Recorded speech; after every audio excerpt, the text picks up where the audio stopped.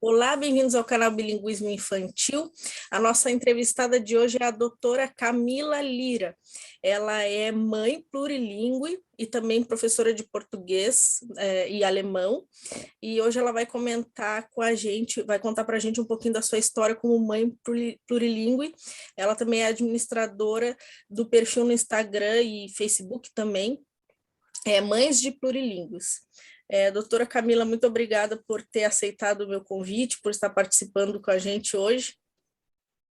Eu que agradeço pelo convite e pela oportunidade de estar aqui também participando com você, Aline. Muito obrigada. O prazer é todo nosso, tenho certeza que muitas pessoas que estão nos assistindo vão se inspirar bastante na sua história. E a nossa primeira pergunta é a sua história com o bilinguismo, né? Como que começou essa questão de bilinguismo, plurilinguismo? Conta pra gente um pouquinho. Bom, eu comecei a ter contato com essa questão de bilinguismo, de plurilinguismo na universidade, né, tendo feito letras, português, alemão, e aí, dentro de um projeto, eu descobri o ano de au pair, vim fazer um ano de au pair na Alemanha, e eu fiquei numa casa em que as crianças já eram bilíngues, português, alemão. Então, foi assim, meu primeiro contato no dia a dia com o bilinguismo. E a partir daí, eu fui entrando nesse mundo, né? Eu já tinha feito letras, eu comecei a dar aula também de idiomas, e comecei a conhecer outras famílias morando na Alemanha, que também criam seus filhos bilíngues. Tá? Português, alemão, espanhol, alemão, diferentes línguas, também plurilíngues, né? Tem casos de chinês, brasileiro e que falam alemão também por conta do país. E eu fui tendo contato com essas famílias, trabalhei numa iniciativa que trabalha com o português como língua de herança, que incentiva o português como língua de herança. Dando aula de alemão, eu também conheci muitos estrangeiros, né, que já estavam em situação de bilinguismo, e fui criando a minha trajetória enquanto professora de idiomas, enquanto consultora para famílias bilíngues, para famílias plurilíngues, e agora eu tenho a minha filha e venho experienciando também, neste momento, a aquisição do alemão, né, como língua dominante, e a manutenção do português na minha casa. E é legal que as pessoas percebam como isso é uma realidade. Aqui no Brasil é também, mas fora do Brasil é muito comum as famílias plurilíngues e as crianças aprendendo vários idiomas ao mesmo tempo, né? A gente sempre se depara com a pergunta, mas vai confundir a cabeça, né? O que as pessoas mais comentam.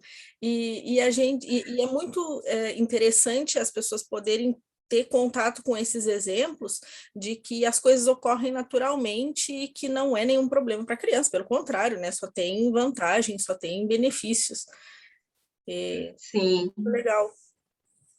Sim, é importante porque acho que esse olhar a gente não tem no Brasil, né? É um olhar que tem se descoberto agora, ou são em ambientes bem específicos que a gente fala, ok, ali se cresce bilíngue, é um plurilinguismo no Brasil, mas se nós formos pensar na nossa vida, no nosso dia a dia, no Brasil quase não tem, que é uma coisa bem diferente daqui, por exemplo, né? Se eu for pensar aqui no meu prédio, a maioria das famílias são bilíngues, né? Tem uma ou outra que é alemão e fala só alemão com seus filhos, mas a grande maioria é bilíngue. E como que é ser mãe plurilíngue? Bom, é uma luta. Na verdade, é fácil, né? Neste momento, então, é mais difícil. Estava até comentando agora com meu marido antes de entrar que, nossa, amanhã vai começar de novo regra de Covid aqui, a gente já está meio que se reorganizando tudo, e, enfim, é aquela loucura. Mas, assim, ser mãe de plurilíngue na verdade, não é muito diferente de ser mãe de monolíngue, né? Porque é uma criança que está ali e está aprendendo uma língua. O que a gente está fazendo, na verdade, é falando uma língua, que é a nossa língua, trazendo uma cultura que é a nossa cultura, de repente o nosso marido está falando a língua dele e a cultura dele dentro da sua casa, né? E você está criando essa criança bilíngue. Ou você decidiu, você se sente bem, se sente à vontade, quer que seu filho fale inglês e você vai estar ensinando inglês para o seu filho na sua casa. Então, assim, é você ser mãe nestas línguas também, né? E é você lidar com estas situações todas que você vive em português, ou você viveu em português com a sua família no Brasil, ou está vivendo aí na sua família no Brasil, em outra língua. Então, você vai ensinar, você vai educar, né? Não é nem ensinar, você vai educar essa criança com uma outra língua também. E isso tem que ser natural, tem que ser normal e tem que saber também entender os limites, né, que isso traz dentro da sua casa, né? Não dentro da sociedade, mas dentro da sua casa. Você, enquanto mãe, e eu acho que isso todas nós sabemos, como mães, a gente tem os nossos limites e a gente tem que buscar, às vezes, parar, respirar e continuar de um outro modo, ou falar, ok, neste momento aqui eu preciso de um apoio externo e buscar esse apoio externo, né? Certo. Sempre em E busca aí, de conhecimento, né? Porque a gente nunca sabe a situação que vai se apresentar em determinado momento, né? sim, Não existe uma fórmula mágica. não existe uma fórmula mágica, porque cada família é única, cada criança é única, né? E, assim, se você tem filhos, né, ou filhas, você vê que a própria criança é diferente da outra, né, do irmão ou da irmã. E tem crianças que têm talento para línguas, tem outras que não gostam de línguas e têm mais dificuldade, mesmo que seja a rotina da casa, ter 2 ou mais línguas dentro de casa, essa criança tem um pouco mais de dificuldade de lidar com isso, né? E tem que entender, então, como é que você vai lidar com todas essas diferenças dentro de casa e fora de casa também. E até a questão da preferência, né? Tem crianças que desenvolvem preferência por uma língua em detrimento de outra. Como que você lida com isso? Bom, eu acho Essa que essa assim, pergunta. aquela pergunta que a gente fala, nossa, peraí, deixa eu respirar. Não, na verdade, assim, eu acho que a gente tem que, de certo modo, respeitar a preferência da criança. Isso não quer dizer que eu vou deixar de dar a ela um estímulo, né? Porque muita gente fala assim, meu filho prefere falar alemão, então eu vou parar de falar português logo de uma vez e pronto. Não é isso que a gente quer, né? Ou que a gente sugere para as famílias que a gente acompanha. O que a gente sugere é que, já que seu filho tem essa preferência por essa língua, tudo bem, não é um problema. A necessidade que você tem é de que ele fale a sua língua, mas você também tem que entender quais são os limites. Qual é o nível que você quer atingir? Qual é a meta que você quer atingir? Entender que a preferência dele é o alemão, que ele vai entender o português e que você vai continuar falando em português com ele, dando estímulos em português com ele, sem esperar que ele te responda sempre em português. Uma hora ele vai responder, uma hora ele não vai, né? Forçar a criança acaba causando o efeito contrário. Aí é que a criança não fala mesmo. Sim, sim, sim. Criança é assim em várias outras áreas também, né? Se a gente força muito aí que eles não querem fazer. É verdade, eu costumo dizer assim, quando a gente tem uma comida especial, né, que a criança adora, e a gente força a criança a comer outra coisa que a gente não quer que a criança coma aquela comida, né? Ela vai o quê? Ela vai pegar a raiva do bendito brócoli, da bendita banana, e vai querer continuar comendo sempre o chocolate. E é a mesma coisa que acontece com a língua, né? Se a gente fica lá, você tem que falar português o tempo inteiro, responde em português, como é? Eu não entendi o que você falou. A criança vai olhar para você, primeiro que ela sabe, de certo modo, né? Gente, elas sabem que vocês falam inglês, que vocês falam alemão. Então, assim, por mais que o seu nível de conhecimento da língua, seja pequeno ou não, você falar para uma criança que você não fala ou não a entende é muito complicado, porque é uma mentira, né? E todo relacionamento que se começa baseado numa mentira, em algum momento se perde. E é assim com a língua também. Sim, muito legal essa analogia, né? Porque realmente é mentir para a criança, né? Tá enganando, tá fingindo, na verdade, porque a criança é mais perto que a gente. Ainda mais a criança maiorzinha, né? Que já entende tudo, já ela logo percebe.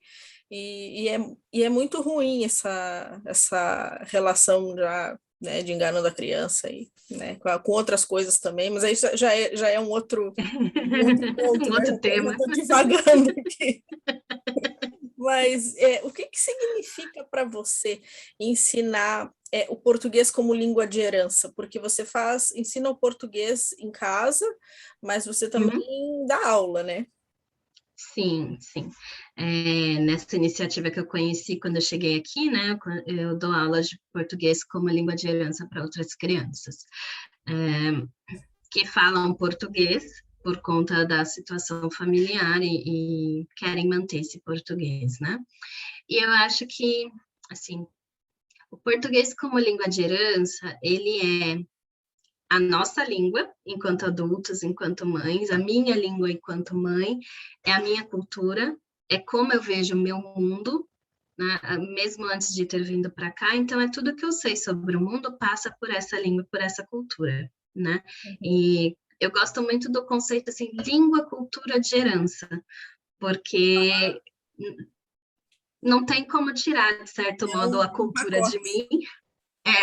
É, né? Vem o pacote. Então, assim, quando eu quero falar de sentimento, quando eu estou com raiva, qualquer coisa que aconteça, vem primeiro a minha sensação através da minha língua. Uhum. E quando eu estou transmitindo isso para os alunos ou até para minha filha, eu sempre penso assim, ok, eles conhecem essa língua, né? Mas Uhum. eles não conhecem do mesmo modo que eu conheço.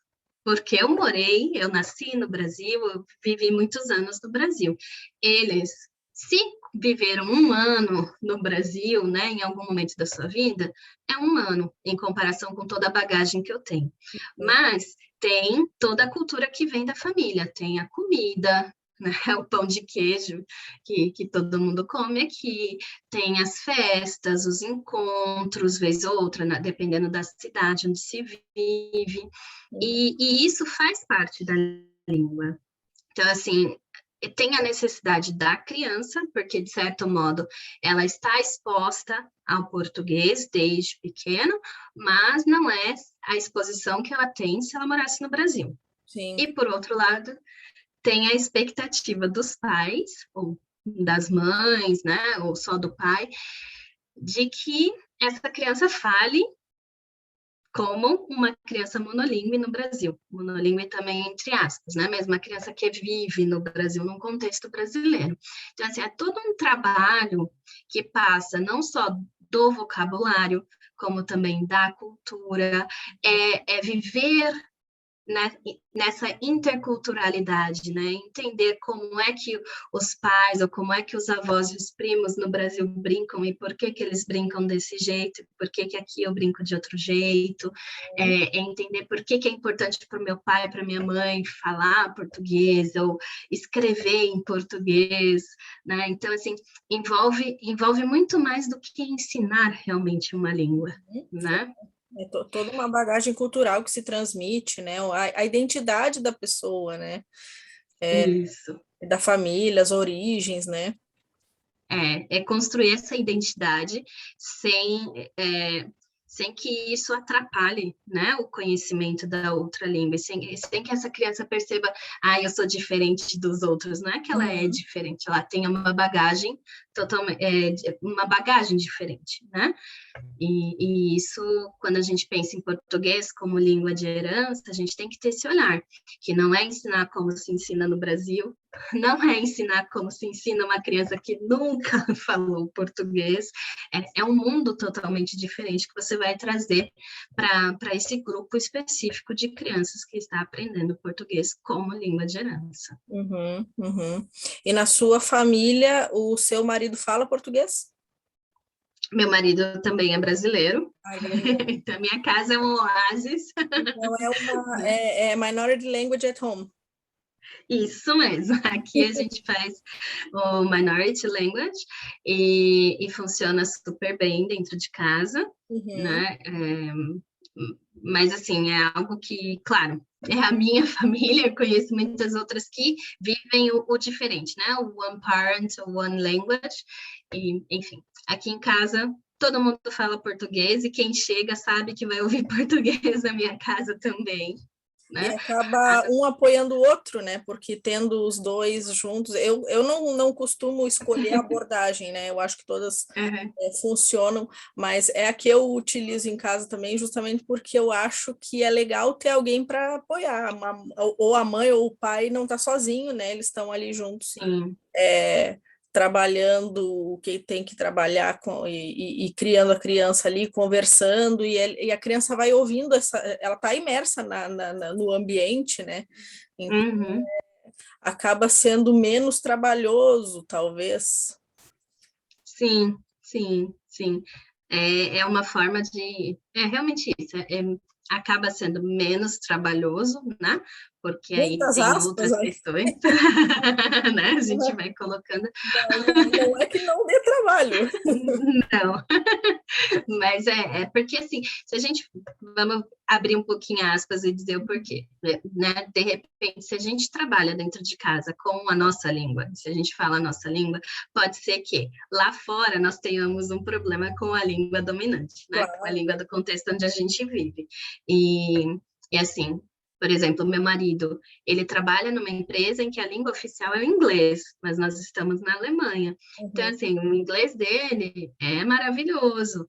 Português, ele é, né, falante nativo. uhum. Mas o alemão, ele está sempre naquele momento de, ok, eu falo, eu tenho intermediário, eu quero passar para o nível avançado, mas eu não consigo porque a vida dele está Aham. no inglês, né? Então, tem essas questões que a gente vai vivenciando, né, e acerca do bilinguismo, que é isso, cada um vai vivendo a sua estratégia, vai procurando estratégias diferentes a partir do momento que se está vivendo, né? Sim, sim, sim. E quais os maiores desafios na criação plurilingüe? Ok.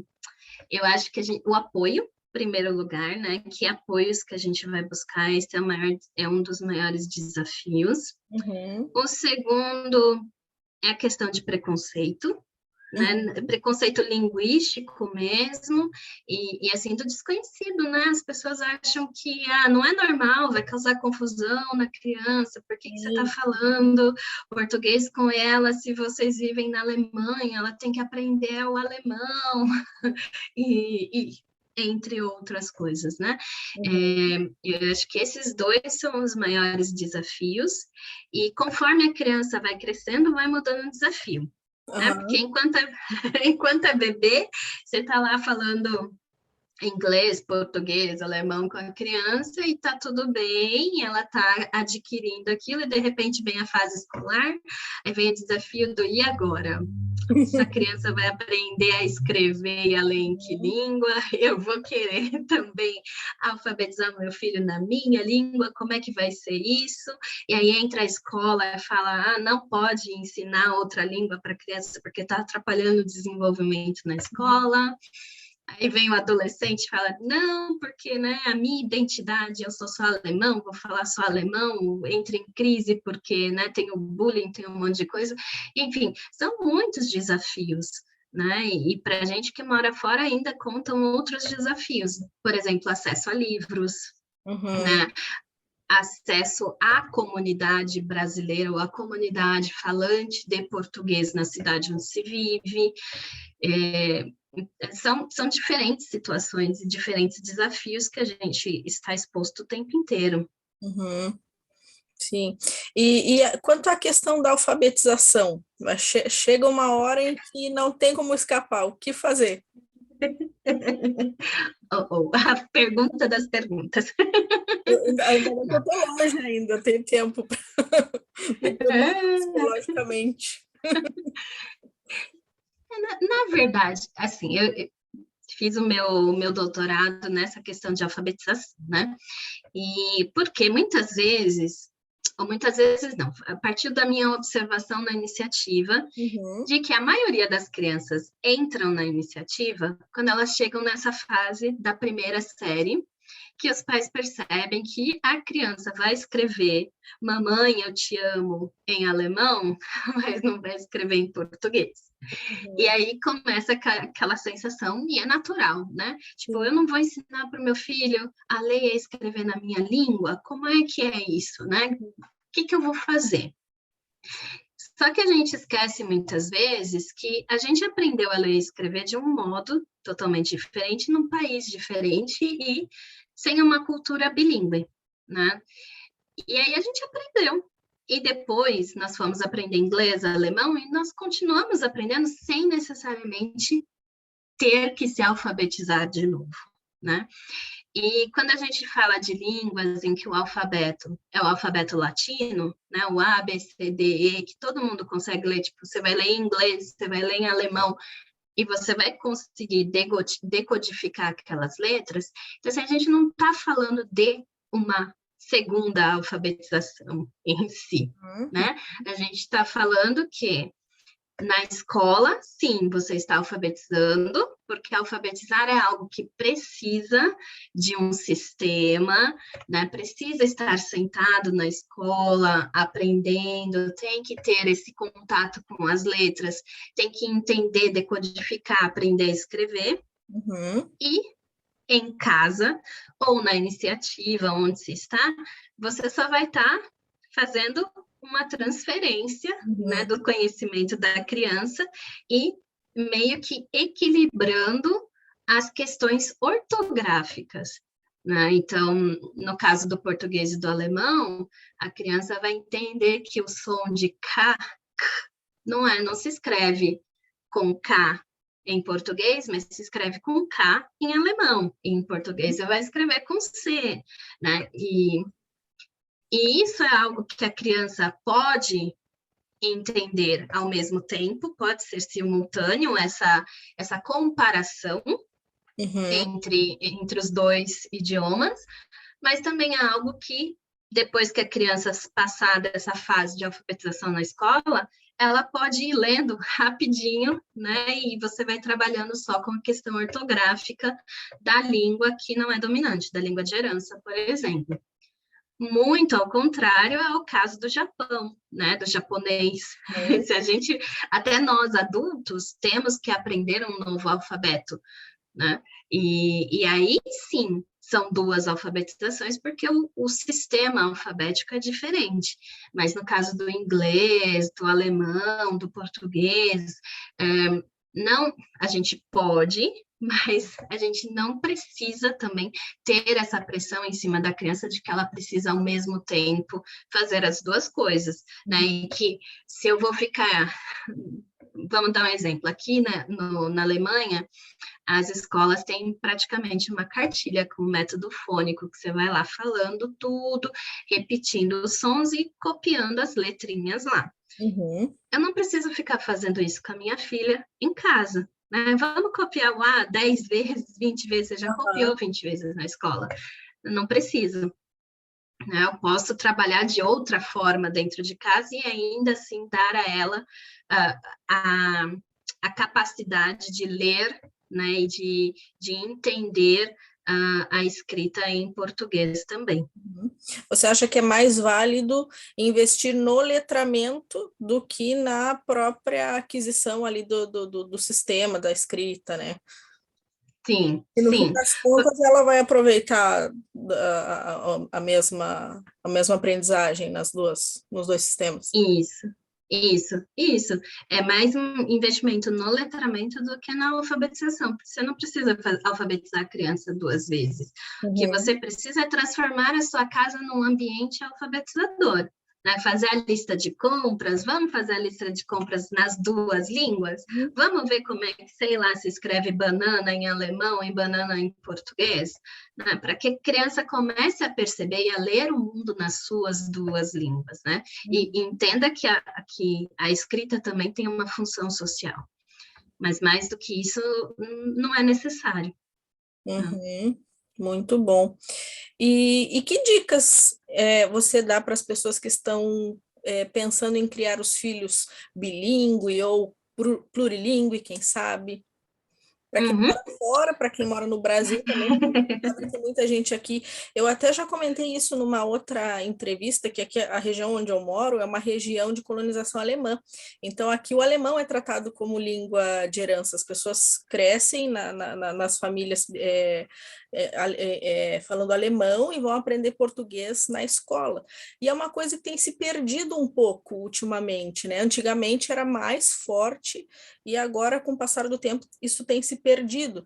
E uma das coisas que me motiva a falar de bilinguismo é isso também, é trazer esse resgate, né? Volto, por que não, né? Por que deixar para depois?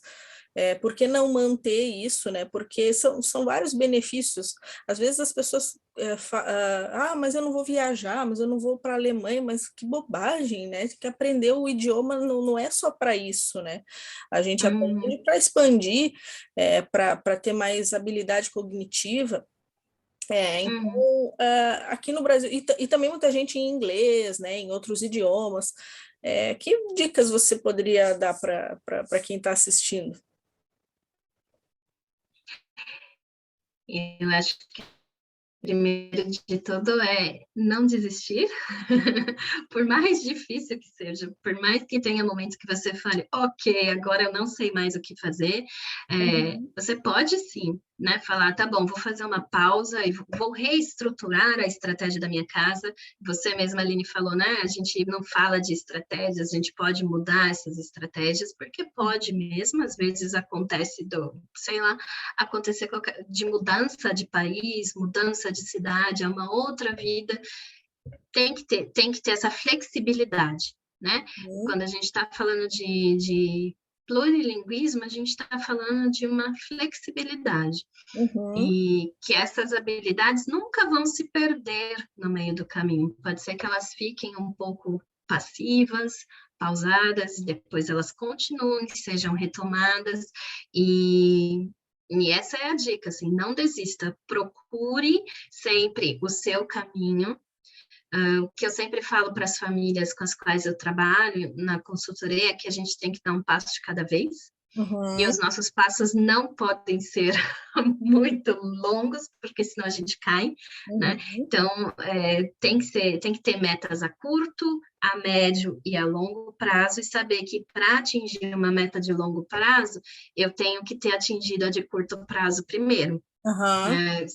Se eu quero, não sei, que meu filho aprenda mais vocabulários do que 3 tipos de frutas, eu tenho que dar como meta a curto prazo mais frutas para ele. Né? E aí entra a maternagem também. Que tipos de frutas eu estou oferecendo para o meu filho para eu poder aumentar o vocabulário dele, né? Sim. Então, assim, a gente tem sempre que pensar nesses 3 prazos para poder dar conta de criar uma criança bilíngue. Uhum. É muito, às vezes, quando a pessoa estabelece expectativas muito fora da realidade, acaba se frustrando e Uhum. é mais fácil de querer desistir, né? E quando a gente tem metas com os pés no chão, e aí as coisas começam a acontecer, é mais fácil de se manter motivado, né? É. E uma outra dica, assim, que eu acho muito importante para os pais que moram fora, né, que querem manter a sua língua. mantenha primeiro a sua língua, né? Então, assim, não é só transmitir a língua para a criança, mas você tem que manter o seu nível de português. Você não pode esquecer de você. Você trabalha em inglês, trabalha em alemão, em espanhol, tudo bem, porque você, né, mudou de país e tem que viver nessa outra língua também. Mas leia em português, assista novelas em português, fale com as suas famílias em português, porque isso é um estímulo para você. E é a partir disso, da criança vendo também que você está vivenciando o português, que ela também vai poder vivenciar e ganhar muito com o português que ela está recebendo da família de vocês, né? Nossa, essa dica é fantástica, porque, em primeiro lugar, tem muita gente que vai morar fora e esquece mesmo, né? Acaba perdendo a prática, né? O convívio do dia a dia, e é muito legal por servir também de exemplo para a criança, né? Porque se a criança estiver lendo um livro, falando, conversando com os familiares, ela vai copiar o exemplo, né? A gente sabe que as crianças imitam os pais. Então, essa dica é chave, é muito, muito importante para quem está morando fora, realmente. É algo que, assim, é simples, mas que às vezes a gente esquece. Exato, exato. Passa batido, né? Uma coisa óbvia. Sim, porque a gente põe o foco na criança. Nosso filho tem que falar português, mas a gente esquece, tipo, e você? Né? Eu sempre faço essa reflexão assim, peraí, e que português que você está falando? Onde é que você, enquanto mãe, vivencia o português? Uhum. Às vezes, claro, a gente não tem muito contato, mora numa cidade pequenininha, não tem amigos perto que falam português, mas busque outras alternativas, né? Para você primeiro também, para você poder ser um exemplo também. Uhum. Eu sempre peço para os entrevistados deixarem uma mensagem para o que eu chamo de agentes de promoção do bilinguismo, que são as pessoas que estão transmitindo outros idiomas, seja de maneira através da criação, né? Pais, mães, bilíngues, ou professores, que a gente também tem um público de professores, já entrevistei algumas professoras, mães e professoras, no seu caso. Que mensagem você poderia deixar para essas pessoas? Eu acho, eu estava até conversando hoje na frente da escola da minha filha, né? Que assim, o nosso papel é um dos papéis mais importantes que a gente tem, que se tem no mundo, de certo modo, porque nós estamos formando cidadãos, Uhum. né? E quando a gente forma cidadãos, a gente tem que entender que isso passa através de culturas, de entender culturas, e tudo se transmite através da linguagem, através da língua, pode ser a linguagem corporal, pode ser a língua, né? Tudo é através da linguagem. Então, assim, a gente tem que ter muito cuidado em entender o contexto da criança, entender o contexto dos nossos alunos, adultos ou crianças agora, para poder dar a eles, ou fornecer a eles as ferramentas ideais para que eles entendam qual é a função da linguagem. Né? Que, assim, não é a gramática estar perfeita, isso é um plus, mas é se comunicar, entender o mundo, compreender como é essa comunicação, principalmente num mundo cada vez mais globalizado. Né? Porque vai chegar um dia que todo mundo vai estar se comunicando, e é por isso que eu gosto muito do plurilingue e não só do bilíngue, porque isso mostra que a criança está expandindo, ou o adulto também está expandindo sua visão de mundo, né? E ele está tentando ver uma pluralidade, uma diversidade no seu dia a dia, no seu cotidiano, e trazer isso para a sua vida também. Então, o nosso papel não é limitar isso só a vamos trabalhar o ouvir, o ler, o escrever e o falar, mas em expandir a comunicação dessa criança para o mundo, em trabalhar entre culturas, trabalhar interculturalidade e colocar isso no nosso dia a dia. Uhum. Muito obrigada, Camila, por essa entrevista, por ter trazido tantos esclarecimentos para a gente. Tenho certeza que as pessoas que vão assistir vão aprender bastante. E eu só tenho a agradecer, é, porque o nosso papel aqui é divulgar informação, né? As pessoas estão carentes dessa informação. É, Uhum. aqui no Brasil, a gente tem pessoas que ainda estão cegas para isso, que não percebem a importância, né? Tem seus filhos, a gente sabe que existe o problema às vezes os pais não têm conhecimento, às vezes não tem as condições financeiras, mas hoje em dia a gente está vivendo um momento em que a informação está chegando mais próxima das pessoas, né? Então, esse é o nosso objetivo aqui de divulgar as informações, de fazer as pessoas conhecerem e implantar, né, usufruir dessa ferramenta dessas ferramentas que são as línguas, no seu caso, alemão, aqui no meu caso, eu trabalho com inglês, com francês também, aqui na região, o alemão é muito forte, e Uhum. espero que continue, porque a impressão que a gente tem é que anda decaindo, mas Uhum. são coisas que a gente precisa pulverizar, né? São ideias que a gente precisa pulverizar, e eu fico muito feliz de ter te recebido e ouvido essas coisas esses ensinamentos tão poderosos vindos de você. Eu que agradeço pelo convite e pelo seu trabalho também, por fazer essa entrevista, por trabalhar entregando esse material, né, nas redes, porque é algo que realmente carece, e as informações precisam chegar até essas pessoas para que elas entendam que isso é um presente que a gente tem, né, e que a gente pode continuar valorizando cada vez mais e doando e entregando para outras pessoas. Então, muito, muito obrigada, Aline. Eu que agradeço. E a você que está nos assistindo, obrigado por assistir e até a próxima.